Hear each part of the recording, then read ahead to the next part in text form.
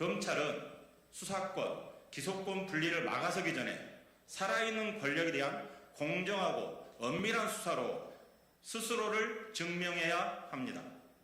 검찰이 수사권, 기소권 분리를 통한 검찰 정성화 법안을 막기 위해 연일 고검장회의, 평검사회의를 여는 한편 보수 언론 등은 위헌을 운운하며 총력전을 펼치고 있는 모양새입니다. 도이치모터스 주가 조작 사건은 재판 진행 중에 김건희 씨가 연루된 증언과 증거들이 쏟아지고 있습니다. 그럼에도 불구하고 정작 김건희 씨는 소환 조사조차 하지 않고 있습니다.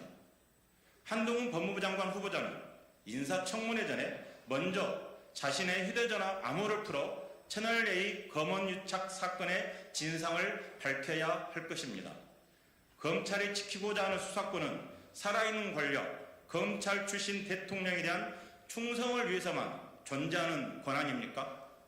그러면서도 국민들께서 일상에서 마주할 대다수의 민생범죄, 대형 경제범죄로부터 국민을 더 이상 보호하기 어려워질 수 있다는 절박한 심정 때문이라니 정말로 아이러니합니다. 수사의 공정성과 중립성을 확보하기 위한 자체적인 노력을 계속하겠다며 검찰 수사의 공정성, 중립성 확보 방안에 대해서도 언급했습니다. 하지만 그동안 검찰개혁에 대한 우수한 요구에 검찰은 모르쇠로 일관했습니다. 애초에 검찰이 사법정의와 인권보장에 힘썼다면 개혁의 대상이 되지는 않을 수 있었을 것입니다.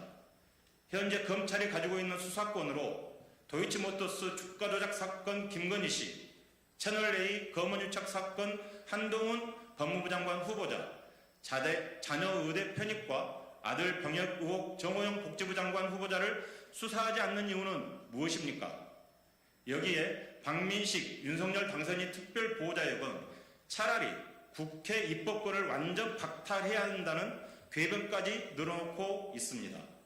삼권분립을 훼손하는 발언이며 국회 이후에 검찰이 있다는 생각 없이는 할 수 없는 말입니다.